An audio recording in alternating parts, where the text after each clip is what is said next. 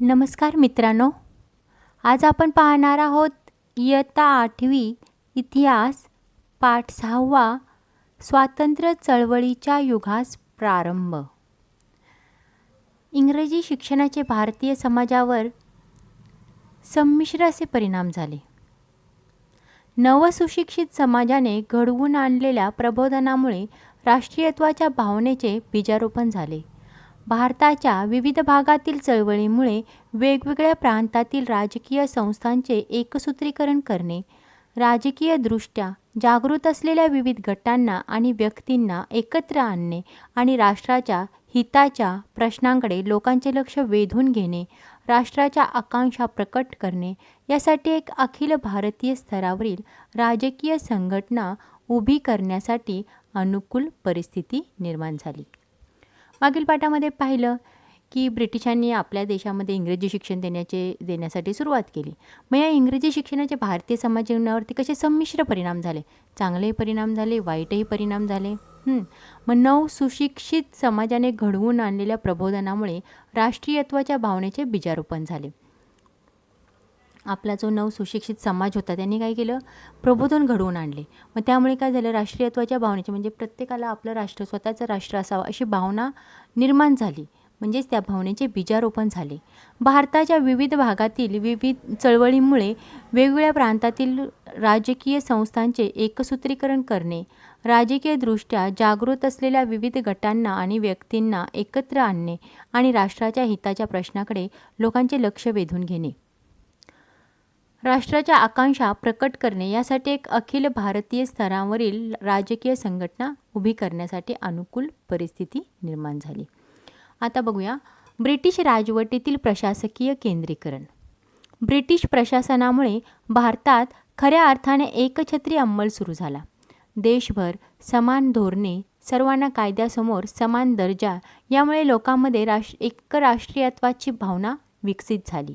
ब्रिटिशांनी आपल्या प्रशासनाच्या सोयीसाठी व लष्कराच्या जलद हालचालीसाठी रेल्वे, रस्ते याचे जाळे उभारले. परंतु या भौतिक सुविधांचा भारतीयांनाही फायदा झाला. भारताच्या विविध प्रांतातील लोकांचा परस्परांशी अधिक संबंध येऊन त्यांच्यामधील संवाद वाढला व राष्ट्रभावना वाढीस लागली. ब्रिटिश राजवटीतील प्रशासकीय केंद्रीकरण पाहूया आपण.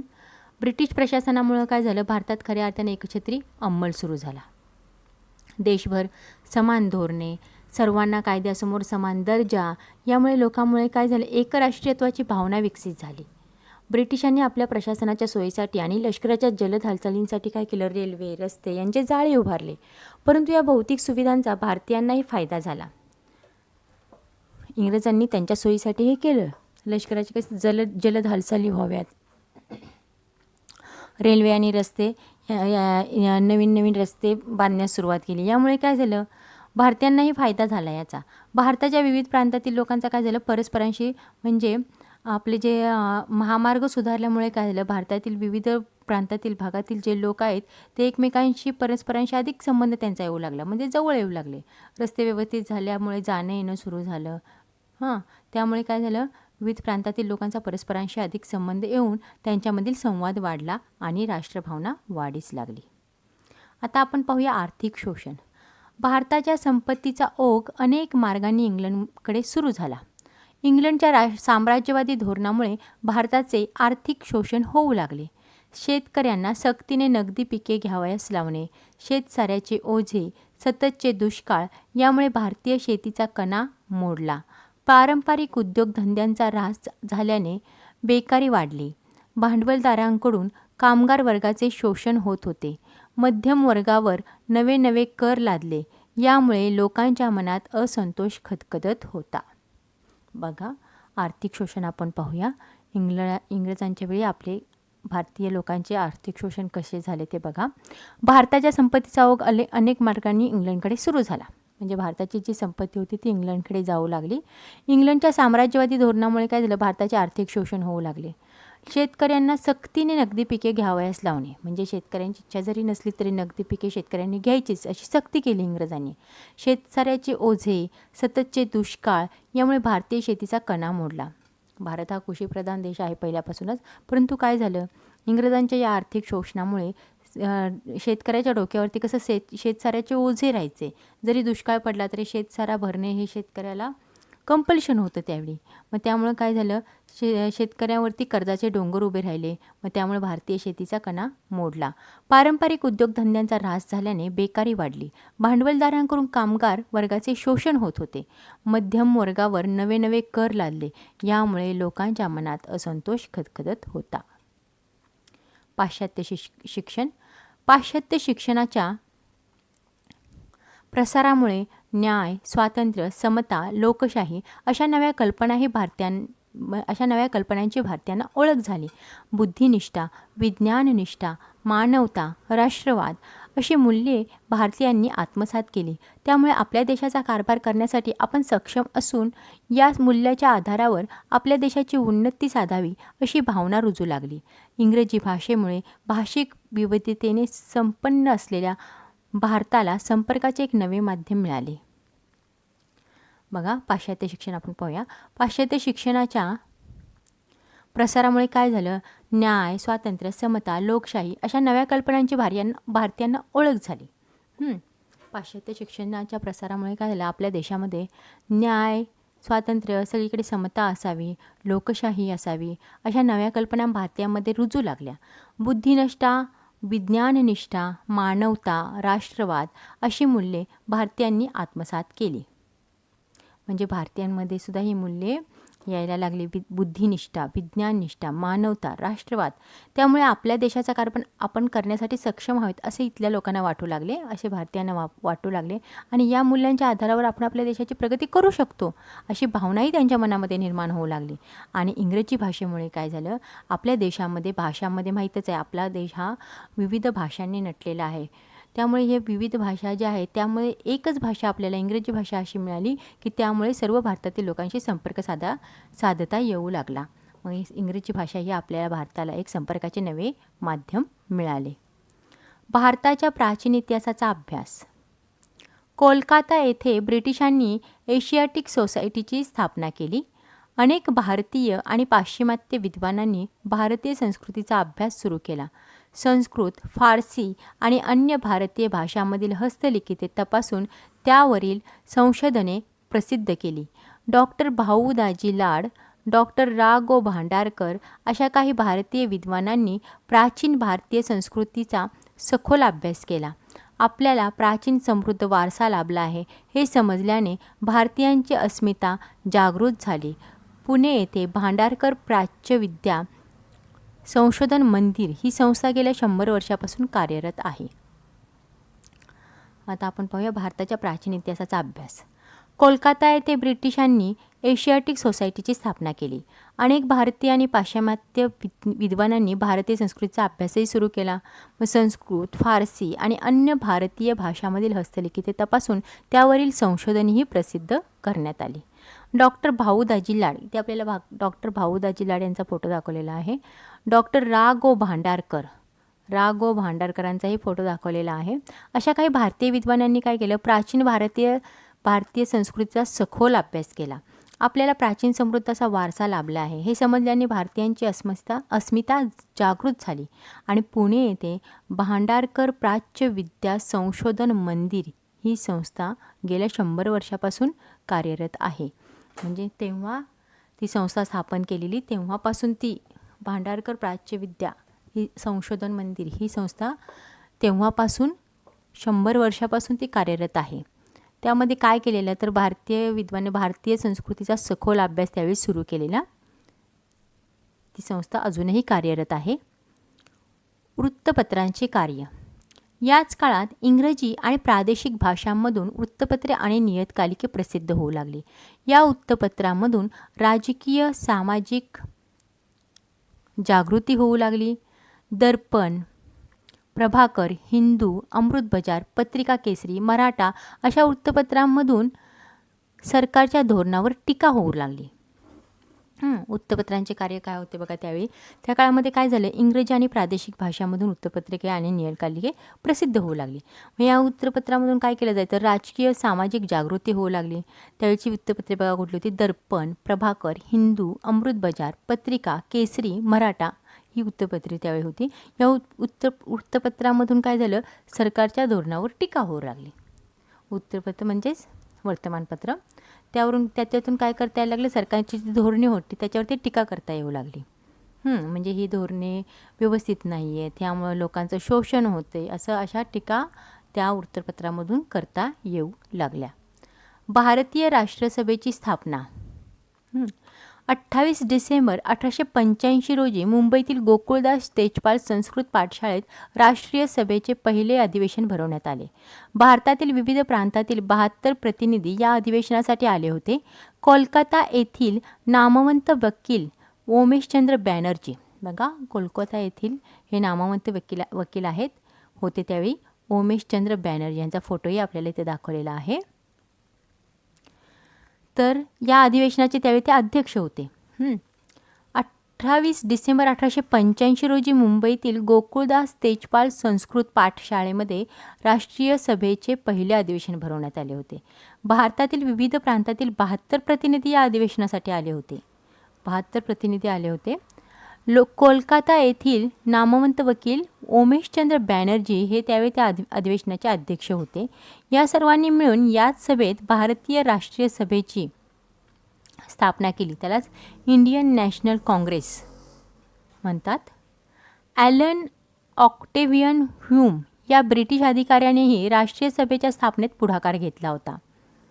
ॲलन ऑक्टेव्हियन ह्यूम या ब्रिटिश अधिकाऱ्यानेही या राष्ट्रीय सभेच्या स्थापनेत पुढाकार घेतला होता. भारतीयांना प्रशासनात अधिक प्रतिनिधित्व मिळावे, ब्रिटिश शासनाने लष्करी खर्चात कपात करावी अशा मागण्यांची निवेदने ब्रिटिश सरकारकडे पाठवण्यात आली. राष्ट्रीय सभेची उद्दिष्टे. भारताच्या निरनिराळ्या भागातील लोकांना धर्म, वंश, जात, भाषा, भौगोलिक प्रदेश असे भेद विसरून एका व्यासपीठावर आणणे आणि परस्परांच्या समस्या जाणून घेऊन विचारविमर्श करणे, लोकांमध्ये ऐक्य भावना वृद्धिंगत करणे, राष्ट्राच्या उन्नतीसाठी प्रयत्न करणे ही राष्ट्रीय सभेची उद्दिष्टे होती. राष्ट्रीय सभेची उद्दिष्टे पहा कुठली होती. भारताच्या निरनिराळ्या भागातील लोकांना धर्म, वंश, जात, भाषा, भौगोलिक प्रदेश असे भेद विसरून एका व्यासपीठावर आणणे. आपल्या देशामध्ये पहिल्यापासूनच धर्म, वंश, जात याच्यामध्ये कसं होते, हे सगळे भेद मानले जायचे. परंतु त्यावेळी काय केलं, राष्ट्रीय सभेच्या उद्दिष्ट त्यावेळी काय होती, तर आपल्या देशातील जे लोक असे आहेत की धर्म, वंश, जात, भाषा, भौगोलिक प्रदेश सगळे भेद विसरायचे आणि एका व्यासपीठावर यायचं. त्यांनी परस्परांच्या समस्या जाणून घेऊन विचारविमर्श करायचे, लोकांमध्ये ऐक्य भावना वृद्धिंगत करणे, राष्ट्राच्या उन्नतीसाठी प्रयत्न केले ही राष्ट्रीय सभेची त्यावेळची उद्दिष्टे होती. आता आपण पाहूया मवाळ युग 1885 ते 1905. राष्ट्रीय सभेच्या स्थापनेनंतरच्या सुरुवातीच्या दशकात त्यांचे कार्य संतपणे सातत्याने सुरू होते. राष्ट्रीय सभेचे नेते वास्तववादी आणि उच्च शिक्षित होते. संघटन कार्यातून भक्कम पाया उभारला पाहिजे याची त्यांना जाणीव होती. पाश्चात्य विचारवंतांच्या उदारमतवादी तत्त्वज्ञानाचा स्वातंत्र्य, समता, बंधुता या मूल्यांचा त्यांच्यावर प्रभाव होता. त्यांचा सनदशीर मार्गांवर विश्वास होता. सनदशीर मार्गांनी मागणी केल्यास इंग्रज आपल्या मागण्यांना न्याय देतील अशी त्यांना आशा वाटत होती. गोपाळकृष्ण गोखले, फिरोजशाह मेहता, सुरेंद्रनाथ बॅनर्जी हे मवाळ पुढारी होत. मवाळ युग आपण पाहूया. मवाळ युगाचा कालावधी आहे 1885 ते 1905. राष्ट्रीय सभेच्या स्थापनेनंतर काय झालं, सुरुवातीच्या दशकामध्ये या राष्ट्रीय सभेचे काम कसं संतपणे सातत्याने सुरूच होतं. मग राष्ट्रीय सभेचे जे नेते होते वास्तववादी आणि त्यावेळी कसे वास्तववादी आणि उच्च शिक्षित नेते होते सगळे. संघटन कार्यातून भक्कम पाया उभारला पाहिजे आणि त्यांना जाणीव होती. मग पाश्चात्य विचारवंतांच्या उदारमतवादी तत्त्वज्ञानाचा स्वातंत्र्य, समता आणि बंधुता या मूल्यांचा त्यांच्यावरती प्रभावही होता. त्यांचा सनदशीर मार्गांवरती विश्वास होता. सनदशीर मार्गांनी जर आपण मागण्या केल्या तर आपल्या मागण्या पूर्ण होतील असा त्यांना विश्वास होता. इंग्रज आपल्याला न्याय देतील असंही त्यांना वाटत होतं. मग गोपाळकृष्ण गोखले, फिरोजशाह मेहता, सुरेंद्रनाथ बॅनर्जी हे मवाळ पुढारी होत. राष्ट्रीय सभेच्या अधिवेशनात प्रांतिक विधिमंडळात लोकप्रतिनिधी असावेत. सुशिक्षित भारतीयांना नोकऱ्या मिळाव्यात. वाढत्या लष्करी खर्चात कपात व्हावी. लोकांच्या कायदेशीर हक्कांचे रक्षण व्हावे म्हणून कार्यकारी संस्था, न्यायसंस्था यांची फारकत करावी असे विविध ठराव त्यांनी मांडले. राष्ट्रीय सभेच्या अधिवेशनात काय? प्रांतिक विधिमंडळात लोकप्रतिनिधी असावेत. सुशिक्षित भारतीयांना नोकऱ्या मिळाव्यात आणि वाढत्या लष्करी खर्चात कपात व्हावी. लोकांच्या कायदेशीर हक्कांचे रक्षण व्हावे म्हणून कार्यकारी संस्था आणि न्यायसंस्था यांची फारकत करावी असे विविध ठराव त्यांनी त्यावेळी मांडले. राष्ट्रीय चळवळीत फूट पाडण्यासाठी यानंतरच्या काळात ब्रिटिशांनी फोडा आणि राज्य करा या नीतीचा अवलंब केला. ब्रिटिशांनी काय केलं? फोडा आणि राज्य करा या नीतीचा अवलंब केला फूट पाडण्यासाठी. जहाल युग पाहूया. जहाल युगाचा कालावधी आहे 1905 ते 1920, 15 वर्षाचा कालावधी आहे. राजकीय दृष्ट्या जागृत असलेले भारतातील सर्व नेते जात, धर्म, भाषा, प्रांत सर्व भेद बाजूला सारून राष्ट्रीय सभेच्या व्यासपीठावर एकत्र येत होते.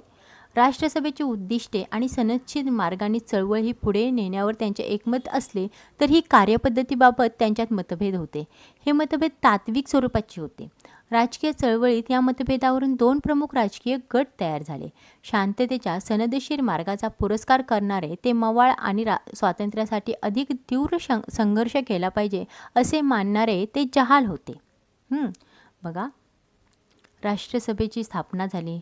त्या स्थापनेसाठी लोक सर्व मतभेद विसरून एकत्र येत होते. व्यासपीठावर ते एकत्र येत होते. परंतु काय झालं? राष्ट्रसभेची उद्दिष्ट आणि सनदशीर मार्गाने चळवळ पुढे नेण्यावर काय झालं? एकमत जरी असलं, म्हणजे त्यांचं काम हेच होतं, काम हेच करायचं होतं, जरी एकमत असलं तरी मतभेद होत होते. म्हणजे काय होत होतं? तर कार्यपद्धतीबाबत त्यांच्यात मतभेद व्हायचे. हे मतभेद तात्विक स्वरूपाचे होते.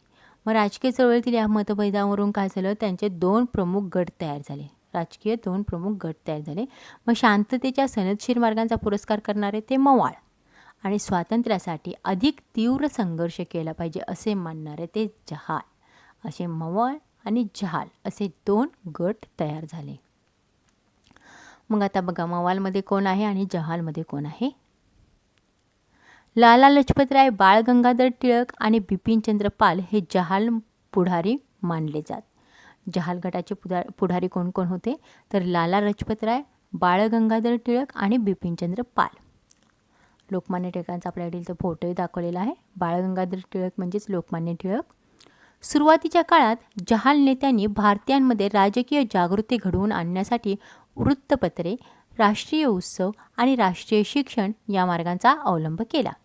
केसरी व मराठा या वृत्तपत्रातून लोकमान्य टिळकांनी सरकारच्या दडपशाहीवर घणाघाती टीका केली. बंगाल प्रांतात अमृत बझार पत्रिका हे जहाल मतवादी विचारांचे मुखपत्र होते. आपापसातील भेद विसरून लोकांनी एकत्र यावे, त्यांच्यात विचारांचे आदानप्रदान व्हावे, राष्ट्रपुरुषाच्या कार्यातून सामान्य जनतेला प्रेरणा मिळावी या हेतूंनी टिळकांनी शिवजयंती आणि गणेशोत्सव उत्सवाचे आयोजन केले. या राजकीय कारणासाठी लोक एकत्र आले तर सरकार त्यांना बंदी घालेल, परंतु धार्मिक कारणासाठी लोक एकत्र आले तर सरकार त्यावर बंदी घालू शकणार नाही असे त्यांचे मत होते. टिळकांनी मंडाळेच्या तुरुंगात गीता रहस्य हा ग्रंथ लिहिला. त्याचा गाभा कर्मयोग असून लोकांनीही कृतिशील राहावे यावर त्यांचा भर होता. स्वभाषा, स्वसंस्कृतीविषयी प्रेम, आस्था बाळगणारी पिढी निर्माण व्हावी यासाठी जहाल नेत्यांनी शिक्षण संस्था स्थापन केल्या. लक्षावधी लोकांनी स्वातंत्र्य चळवळीत भाग घेऊन सरकारला आव्हान देऊन संघर्ष केला तरच यश मिळेल असे जहाल नेत्यांचे मत होते. चळवळ अधिक तीव्र करावी यावर त्यांचे एकमत होते, पण त्यांनी सशस्त्र बंडाची भूमिका न घेता व्यापक जन आंदोलन उभारले पाहिजे असे आग्रहाचे प्रतिपादन केले. मवाळांनी स्वातंत्र्य चळवळीचा पाया घातला आणि जहालांनी ही चळवळ पुढे नेली. आपण पाहिलं आता की जहाल युग 1905 ते 1920पर्यंत होतं. मग राजकीयदृष्ट्या जागृत असलेले भारतातील सर्व नेते जात धर्म विसरून भाषा प्रांत सर्व भेद बाजूला सारून राष्ट्रीय सभेच्या व्यासपीठावरती एकत्र आले. परंतु राष्ट्रसभेची उद्दिष्टे आणि सनदशीर मार्गाने चळवळ पुढे नेण्यावर त्यांचे एकमत जरी होते तरी कार्यपद्धतीत काय होते, त्यांच्यात मतभेद होते. मग हे मतभेद कसे होते, तात्विक स्वरूपाचे होते. मग राजकीय चळवळीतील या मतभेदावरून त्यांचे काय झालं, दोन प्रमुख गट तयार झाले. मग शांततेच्या सनदशीर मार्गांचा पुरस्कार करणारे ते मवाळवादी आणि स्वातंत्र्यासाठी अधिक तीव्र संघर्ष केला पाहिजे असे मानणारे होते ते जहालवादी. जहालवादीचे नेते कोण कोण होते तर लाला लजपतराय, बाळ गंगाधर टिळक आणि बिपिनचंद्र पाल हे जहालवादीचे पुढारी मानले जात. सुरुवातीच्या काळात काय झालं, जहाल नेत्यांनी भारतामध्ये राजकीय जागृती घडवून आणण्यासाठी काय केलं, वृत्तपत्रे, राष्ट्रीय उत्सव आणि राष्ट्रीय शिक्षण या मार्गांचा अवलंब केला. मग पहिल्यांदाच केसरी आणि मराठा या वृत्तपत्रांमधून त्यांनी काय केलं, लोकमान्य टिळकांनी सरकारच्या दडपशाहीवरती घणघाती टीका केली. म्हणजे या वृत्तपत्रातून त्यांना चान्सच मिळाला सरकारची जी दडपशाही होती त्याच्यावरती टीका करण्याचा. बंगाल प्रांतात अमृत बझार पत्रिका, बघा बंगाल प्रांतात अमृत बझार पत्रिका हे जहालमतवादी विचारांचे पत्र होते. मग आपापसातील जे भेद होते ते विसरून लोकांनी एकत्र यावे, त्यांच्यात विचारांचे आदानप्रदान व्हावं, म्हणजे एकमेकांच्या विचारांची देवाणघेवाण व्हावी, राष्ट्रपुरुषांच्या कार्यातून सामान्य जनतेला प्रेरणा मिळावी, या हेतूंनी काय केलं, टिळकांनी शिवजयंती आणि गणेशोत्सव, त्यासाठी टिळकांनी शिवजयंती आणि गणेशोत्सव हे उत्सवाचे आयोजन केले. आपण जर राजकीय कारणासाठी लोक एकत्र आले तर काय करतात, सरकार त्यावरती बंदी घालतात. परंतु जर धार्मिक कारणासाठी आले तर सरकार काही करू शकणार नाही, बंदी घालू शकणार नाही, असे टिळकांचे मत होते. मग टिळकांनी काय केलेलं, मंडालेच्या तुरुंगात गीता रहस्य हा ग्रंथ लिहिला. टिळक जेव्हा मंडालेच्या तुरुंगात होते त्यावेळी त्यांनी गीता रहस्य हा ग्रंथ लिहिला. तुरुंगात असूनही त्यांनी गीता रहस्य हा ग्रंथ लिहिला. त्याचा गाभा कसा, कर्मयोग असून लोकांनीही कृतिशील राहावे यावर त्यांचा भर होता. म्हणजे ह्या ग्रंथाचा हेतूच हा होता की लोकांनी कृतिशील राहायला पाहिजे. स्वभाषा स्वसंस्कृतीविषयी प्रेम आस्था बाळगणारी पिढी निर्माण व्हावी यासाठी जहाल नेत्यांनी शिक्षण संस्था स्थापन केल्या. लक्षावधी लोकांनी स्वातंत्र्य चळवळीत भाग घेऊन सरकारला आव्हान देऊन संघर्ष केला तरच यश मिळेल असे जहाल नेत्यांचे मत होते. चळवळ अधिक तीव्र करावी यावर त्यांचे एकमत होते, परंतु त्यांनी सशस्त्र बंडाची भूमिका न घेता व्यापक जन आंदोलन उभारले पाहिजे असे आग्रहाचे प्रतिपादन केले. मवाळांनी स्वातंत्र्य चळवळीचा पाया घातला आणि जहालांनी ही चळवळ पुढे नेली. 1897 पुण्यात प्लेगच्या साथीने हाहाकार उडवला. शेकडो लोक मृत्युमुखी पडले. या साथीला आटोक्यात आणण्यासाठी रँड या अधिकाऱ्याची नेमणूक झाली. प्लेगचे रोगी शोधून काढण्यासाठी झडत्या घेण्याचे सत्र सुरू झाले. लोकांवर जुलूम जबरदस्ती केली. याचा बदला म्हणून चाफेकर बंधूंनी त्याचा वध केला. सरकारने टिळकांचा या कटाशी संबंध जोडायचा आटोकाट प्रयत्न केला. त्यात अपयश आले तरीही सरकारने सूडबुद्धीने टिळकांना तुरुंगात टाकले. 1857 पुण्यात प्लेगची साथ चालली होती हे आपल्याला माहीतच आहे. मग त्यावेळी काय झालं, शेकडो लोक मृत्युमुखी पडत होते. मग या साथीला आटोक्यात आणणे गरजेचे होते. मग त्यावेळी रँड या अधिकाऱ्याची नेमणूक करण्यात आली होती. मग त्यावेळी त्यांनी काय करायचं, प्लेगचा रोगी शोधून काढायचा, झडत्या घ्यायचं, हे सत्र चालूच राहिलं. लोकांवर त्यामुळे काय झालं, जुलूम जबरदस्ती व्हायची. मग याचा बदला म्हणून चाफेकर बंधूंनी काय केलं, त्या रँड जो अधिकारी होता त्याचा वधच करून टाकला. मग या कटाशी टिळकांचा संबंध आहे दाखवण्याचा सरकारने भरपूर प्रयत्न केला, पण त्यात त्यांना अपयश आले. तरीसुद्धा त्यांनी काय केलं, लोकमान्य टिळकांना तुरुंगात टाकले. बंगालची फाळणी पाहूया आता. हिंदू मुस्लिम समाजात दुहीचे बीज पेरून फोडा आणि राज्य करा या नीतीचा अवलंब करायचे ब्रिटिशांनी ठरवले. तत्कालीन व्हॉइसरॉय लॉर्ड कर्झनने त्याला खतपाणीही घातले. बंगाल हा एक मोठा प्रांत होता. या प्रांताचा कारभार करणे प्रशासकीयदृष्ट्या अवघड असल्याने कारण पुढे करून लॉर्ड कर्झन्याने 1905 बंगाल प्रांताची फाळणी जाहीर केली. या फाळणीमुळे मुस्लिम बहुसंख्याकांचा पूर्व बंगाल आणि हिंदू बहुसंख्याकांचा पश्चिम बंगाल अशी रचना झाली. फाळणीमुळे हिंदू मुस्लिमात फूट पाडून स्वातंत्र्यता चळवळ दुर्बल करणे हा छुपा हेतू होता. बंगालची फाळणी आपण पाहूया. हिंदू मुस्लिम समाजात दुहीचे बीज पेरून फोडा आणि राज्य करा या नीतीचा अवलंब करायचे ब्रिटिशांनी ठरवले. म्हणजे हिंदू मुस्लिममध्ये समाजात काय करायचं, हिंदू मुस्लिमचं ऐक्य राहिलं नाही पाहिजे, त्यांच्यामध्ये भेद निर्माण झाले पाहिजे. त्यासाठी इंग्रजांनी काय केलं, फोडा आणि राज्य करा या नीतीचा अवलंब केला. मग तत्कालीन व्हॉईसरॉय त्यावेळी कोण होता, लॉर्ड कर्झन. त्यांनी त्याला काय केलं, खतपाणी घातले. बंगाल हा एक मोठा प्रांत होता. या प्रांताचा कारभार करणे प्रशासकीयदृष्ट्या अवघड असल्याचे कारण पुढे करून त्यांनी काय केलेलं, लॉर्ड कर्झन याने 1905 बंगाल प्रांताची फाळणी जाहीर केली. या फाळणीमुळे मुस्लिम बहुसंख्याकांचा पूर्व बंगाल आणि हिंदू बहुसंख्याकांचा पश्चिम बंगाल अशी रचना झाली. म्हणजे मुस्लिम लोक पूर्व बंगालमध्ये आणि हिंदू बहुसंख्याक जी लोक होते ते पश्चिम बंगाल, अशा त्यांच्यामध्ये फूट पाडली. दोघांनाही वेगळं वेगळं करण्यात आलं, अशी रचना करण्यात आली. आणि या फाळणीमुळे हिंदू मुस्लिमात फूट पाडून स्वतंत्रता चळवळ दुर्बल करणे हा छुपा हेतू होता इंग्रजांचा त्यावेळी. आता बघा, वंगभंग चळवळ. बंगालमध्येच नव्हे तर संपूर्ण भारतात फाळणीविरोधात जनमत जागृत झाले. 16 ऑक्टोबर हा फाळणीचा दिवस राष्ट्रीय शोक दिन म्हणून पाळण्यात आला.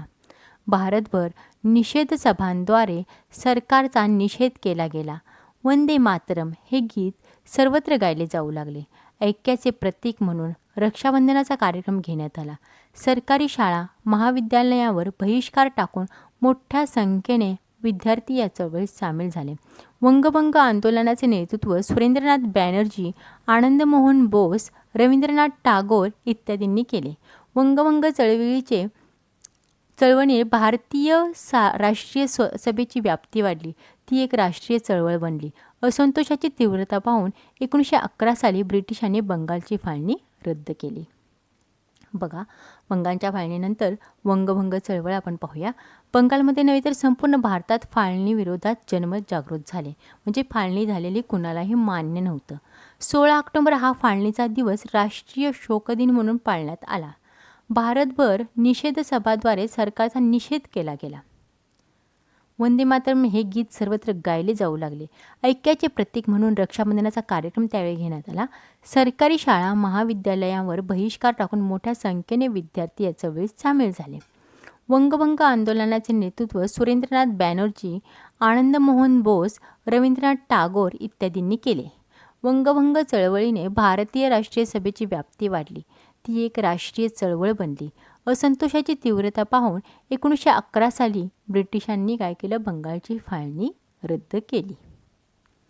राष्ट्रीय सभेची चतुःसूत्री.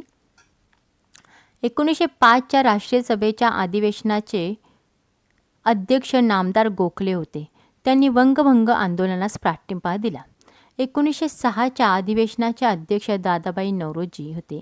व्यासपीठावरून दादाबाई नौरोजी यांनी स्वराज्य या शब्दाचा सर्वप्रथम उच्चार केला. अध्यक्षीय भाषणात त्यांनी एकजूट करा, नेटाने प्रयत्न करा आणि स्वराज्याचे ध्येय साध्य करा, म्हणजे आज जे लक्षावधी बांधव दारिद्र्य, उपासमार आणि रोगराई यांनी बळी पडत आहेत त्यांना वाचवता येईल. सुधारलेल्या राष्ट्राला, भारताला जे मानाचे स्थान होते ते पुन्हा प्राप्त होईल असा संदेश दिला. याच अधिवेशनात स्वराज्य, स्वदेशी, राष्ट्रीय शिक्षण आणि बहिष्कार ही चतुःसूत्री राष्ट्रीय सभेने एकमताने स्वीकारली. स्वदेशी चळवळीमुळे आपण स्वयंपूर्ण आणि स्वावलंबी होऊ. स्वदेशीच्या मार्गाने जाण्यासाठी आपल्या देशातील भांडवल आणि साधनसामग्री, मनुष्यबळ आणि अन्य सर्व शक्ती आपल्याला एकत्रित कराव्या लागतील आणि यातूनच आपल्या देशाचे हित साधता येईल. परदेशी वस्तू आणि मालांवर बहिष्कार ही पहिली पायरी, तर परदेशी राजवटींवर बहिष्कार ही पुढची पायरी असे ठरले आणि बहिष्कारामुळे ब्रिटिश साम्राज्याच्या मुळावरच घाव घालता येईल असे त्यांचे मत होते.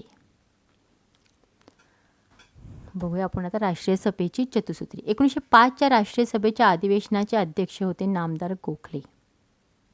त्यांनी काय केलं, वंगभंग आंदोलनास पाठिंबा दिला. 1906च्या अधिवेशनाचे अध्यक्ष दादाबाई नौरोजी होते. त्यांनी काय केलं, व्यासपीठावरून दादाबाई नौरोजी यांनी स्वराज्य या शब्दाचा सर्वप्रथम उच्चार केला. अध्यक्षीय भाषणात त्यांनी काय, एकजूट करा, नेटाने प्रयत्न करा आणि स्वराज्याचे ध्येय साध्य करा, म्हणजे आज जे लक्षावधी बांधव दारिद्र्य, उपासमार आणि रोगराई यांना बळी पडत आहेत त्यांना वाचवता येईल. सुधारलेल्या राष्ट्रात भारताला जे मानाचे स्थान होते ते पुन्हा प्राप्त होईल असा संदेश त्यांनी दिला. या अधिवेशनात स्वराज्य स्वदेशी, राष्ट्रीय शिक्षण आणि बहिष्कार. स्वराज्य म्हणजे स्वतःचे राज्य, स्वदेशी स्वतःच्या देशातील काही असेल ते स्वदेशी, राष्ट्रीय शिक्षण आणि बहिष्कार ही चतुसूत्री राष्ट्रीय सभेने एकमताने स्वीकारली. स्वदेशी चळवळीमुळे आपण स्वावलंबी बनू, स्वयंपूर्ण होऊ. स्वदेशीच्या मार्गाने जाण्यासाठी आपल्या देशातील भांडवल, साधनसामुग्री, मनुष्यबळ आणि अन्य सर्व शक्ती आपल्याला एकत्रित कराव्या लागतील. यातूनच आपल्याला देशाचे हित साधता येईल. परदेशी वस्तू आणि मालांवर बहिष्कार ही पहिली पायरी, तर परदेशी राजवटींवर बहिष्कार ही पुढची पायरी असे ठरले आणि बहिष्कारामुळे ब्रिटिश साम्राज्याच्या मुळावरच घाव घालता येईल असे नेत्यांचे मत होते. आपण पाहूया माहिती आहे का तुम्हाला मध्ये आपल्याला काय सांगितले. नामदार गोपाळकृष्ण गोखले यांनी 1905 भारत सेवक समाजाची स्थापना केली. लोकांमध्ये देशभक्ती निर्माण करून स्वार्थत्यागाची शिकवण देणे, धर्म आणि जाती यांच्यातील विरोध नष्ट करून सामाजिक सलोखा निर्माण करणे, शिक्षणाचा प्रसार करणे हे भारत सेवक समाजाचे मुख्य उद्देश होते. जहाल आणि मवाळ यांच्यातील मतभेद. राष्ट्रीय सभेतील विचारसरणीतील मतभेद 1907 सालच्या सुरत अधिवेशनात विकोपाला गेले. स्वदेशी आणि बहिष्कार हे ठराव बाजूला ठेवण्याचा मवाळांचा प्रयत्न होता. तो यशस्वी होऊ नये अशी जहालांची खटपट होती. नामदार गोखले, सुरेंद्रनाथ बॅनर्जी, फिरोजशाह मेहता अशा मवाळ पुढाऱ्यांनी जहाल नेते राष्ट्रीय सभा काबीज करण्याचा प्रयत्न करत आहेत असा आरोप केला. लाला लजपतराय यांनी मध्यस्थी करण्याचा प्रयत्न केला. आता इथं जहाल आणि मवाळ यांच्यामध्येच मतभेद होते. मग राष्ट्रीय सभेतील विचारसरणीतील जे मतभेद 1907च्या सुरत अधिवेशनात काय झालं, विकोपाला गेले. म्हणजे खूपच मतभेद त्यांच्यामध्ये निर्माण झाले. स्वदेशी आणि बहिष्कार हे ठराव बाजूला ठेवायचे असा मवाळांचा प्रयत्न होता आणि तो यशस्वी होऊ नये म्हणून जहालांची खटपट होती.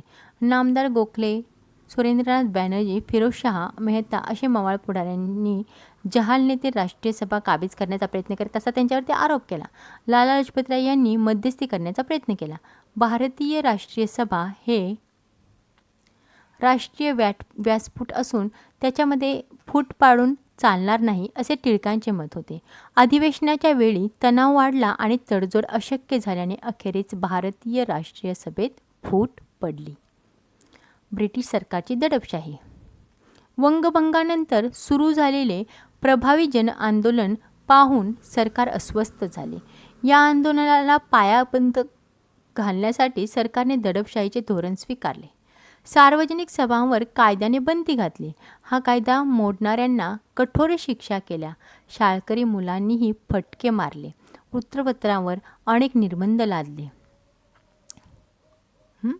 ब्रिटिश सरकारची दडपशाही पाहूया आपण. वंगभंगानंतर काय झालं, सुरू झालेले जे प्रभावी जन आंदोलन पाहून सरकार अस्वस्थ झाले. म्हणजे एवढी लोकांची एकी झाली हे ब्रिटिश सरकारनं पाहिलं की लोक जर एकत्र आले तर काही करू शकतील असे त्यांना जाणवले. म्हणून त्यांनी काय केले, या आंदोलनाला पायबंद घालण्यासाठी सरकारनं दडपशाहीचं धोरण स्वीकारलं. सार्वजनिक ज्या सभा होत्या त्यांच्यावरती कायद्याने बंदी घातली. म्हणजे कुठेही सार्वजनिक सभा करायच्या नाहीत. हा कायदा मोडणाऱ्यांना काय करण्यात आलं, कठोर शिक्षाही करण्यात आल्या. शाळकरी मुलांनाही फटके मारण्यात आले. वृत्तपत्रावर अनेक निर्बंध लादले. सरकारवर टीका केल्याच्या आरोपावरून अनेक छापखाने जप्त केले. लेखकांना आणि संपादकांना तुरुंगात डांबले.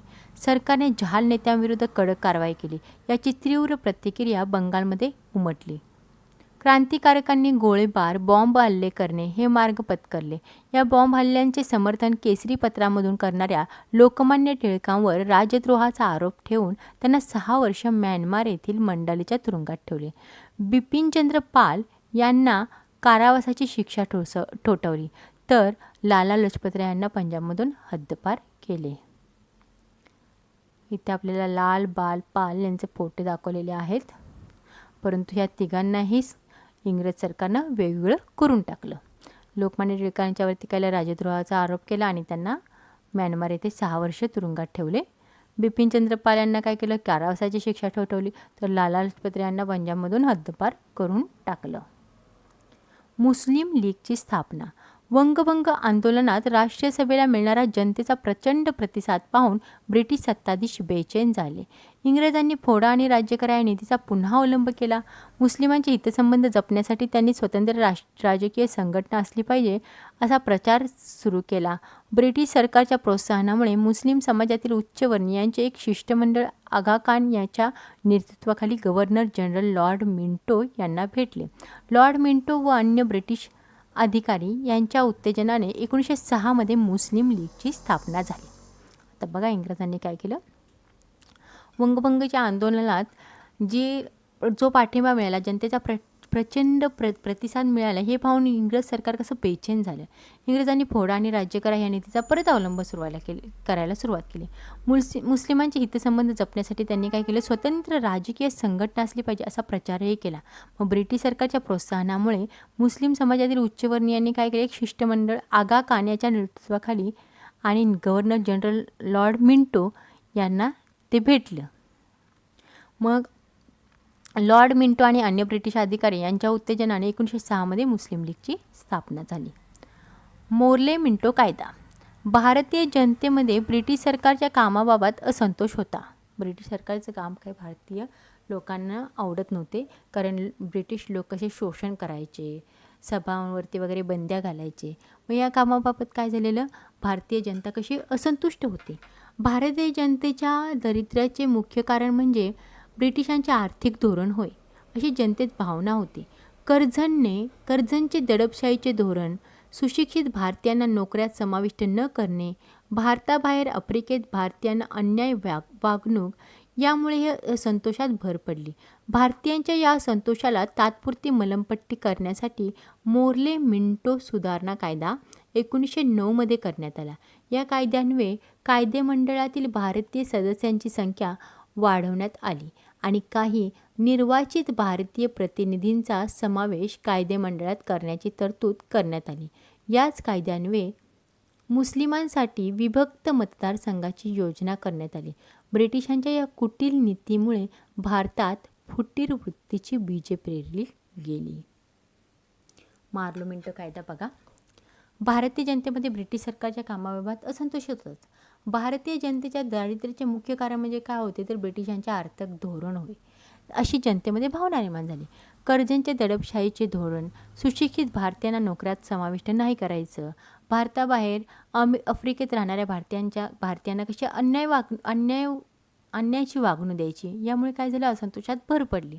मग भारतीयांच्या या असंतोषाला तात्पुरती मलमपट्टी करण्यासाठी काय करण्यात आलं, तर मोर्ले मिंटो सुधारणा कायदा 1909 मध्ये करण्यात आला. या कायद्यानुसार काय आहे, तर या कायदेमंडळातील भारतीय सदस्यांची संख्या वाढवण्यात आली. म्हणजे भारतीय सदस्य त्यामध्ये या काय केलं, भारतीय सदस्यांची संख्या वाढवण्यात आली आणि काही निर्वाचित भारतीय प्रतिनिधींचाही समावेश या कायदेमंडळात करण्यात आला. या कायद्यानुसार मुस्लिमांसाठी विभक्त मतदारसंघाची योजना राबवण्यात आली आणि ब्रिटिशांच्या कुटील नीतीमुळे भारतात फुटीर वृत्तीची बीजे पेरली गेली, म्हणजे जास्तच फूट पडायला मदत झाली. लखनौ करार. भारतीय राष्ट्रीय सभेच्या 1916च्या लखनौ अधिवेशनात टिळकांच्या नेतृत्वाखाली राष्ट्रीय सभेतील मतभेद मिटवण्याचा प्रयत्न झाला. याच वर्षी भारतीय राष्ट्रीय सभा आणि मुस्लिम लीग यांच्यामध्येही समेट घडून आला. यालाच लखनौ करार असे म्हणतात.